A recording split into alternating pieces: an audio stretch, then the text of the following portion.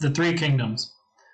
Although groups of people have lived on the Korean peninsula for thousands of years, the history of Korea starts with the three kingdoms of Silla, Bakje, and the Goryeo. The Goryeo kingdom was so large that at one point it extended all the way into northern China and part of Mongolia, which is very far up there. Because of this, the influence of Buddhism spread from China into Korea and had a large cultural impact. All along with Buddhism came the Chinese style of writing. These three kingdoms fought with each other for power on and off for hundreds of years. Eventually, the Silla people, with help from a powerful Chinese dynasty, defeated the two other kingdoms and formed one unified Korea in 668.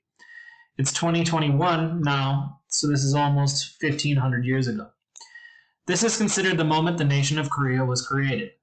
So at this point, pause the video and answer your two questions, which are, which other country had an impact on the creation of a unified Korea? And what specific things were spread into Korea from this country?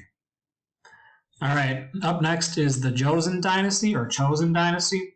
The Chosen Dynasty, family rulers who passed down the title of king, that's what a dynasty is, ruled Korea for over 500 years. This period was considered a great success, with Korea making advancements in science, art, and trade. The printing press was invented, which allowed books and other information to be shared.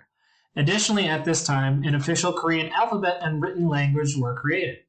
Previously, they had to write in Chinese, which was difficult to translate and was only available to the educated and rich.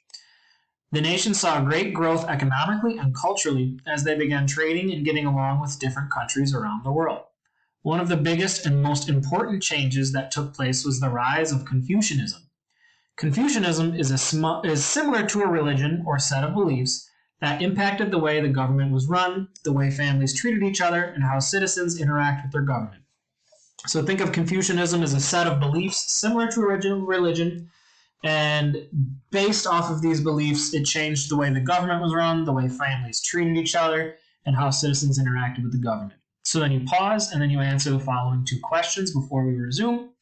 What are some of the big accomplishments of art or science in the Chosen Dynasty? Which change or advancement during the Chosen Dynasty do you think made the biggest impact on the Korean people and their way of life?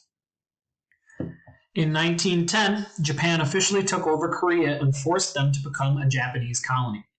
During this time, the Japanese did some good things like building up the economy, building modern transportation and communication networks, and improving banking systems within the country. These improvements came with a very heavy price for the Korean people because Japan ruled the country very harshly. The Korean language was not allowed to be taught, written, or spoken to Korean children or used in public. Japan would not let Koreans take good jobs or leadership roles within the country, and farmers had their land taken from them, and natural resources were taken to be used in Japan. The Korean people did fight back a lot against Japan, but would not get their independence until after World War II.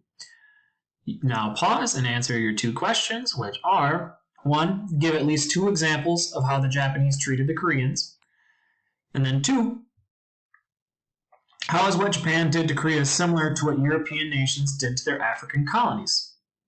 So think back to our unit on African history. The Korean War and the split of Korea. After Japan lost World War II, they had to give up control of Korea. The Soviet Union, which is Russia today, took control over the northern half of Korea, and the United States controlled the southern half. Efforts to reunite the countries so they could become one country again were very difficult because of the leadership in the north wanted to be communist, while the leadership in the south wanted to become democratic and capitalist. This disagreement quickly led to an all-out war between the north and south. America was helping the south, but China and the Soviet Union were helping the north. This made each side too strong to take over the other, so the countries remain split to this day.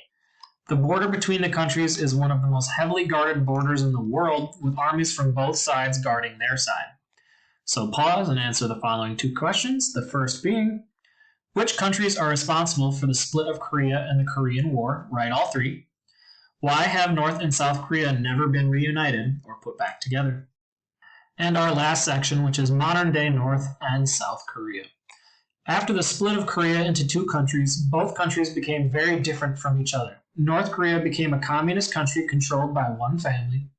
People there do not have freedoms, are not allowed to speak badly in any type of way against their government, or they will be arrested or killed. And the country is one of the world's leaders in receiving aid to help feed their citizens. And a bonus, the North Korean government teaches people that their leader is a god and therefore doesn't poop. So, there's some interesting fact for you. Meanwhile, democratic South Korea became one of the most successful countries, not just in Asia, but the whole world. They have a very strong economy. Their movies, TV shows, music are enjoyed around the world, and their country is one of the most high-tech countries in the world, with businesses like Samsung and LG being from there. So your last few questions. 1, how would you describe life in North Korea today? 2, how would you describe life in South Korea today? And then do not forget about your exit ticket here, which is, in the space below, explain 2 things that you learned about Korea and 1 thing you found most interesting in the reading.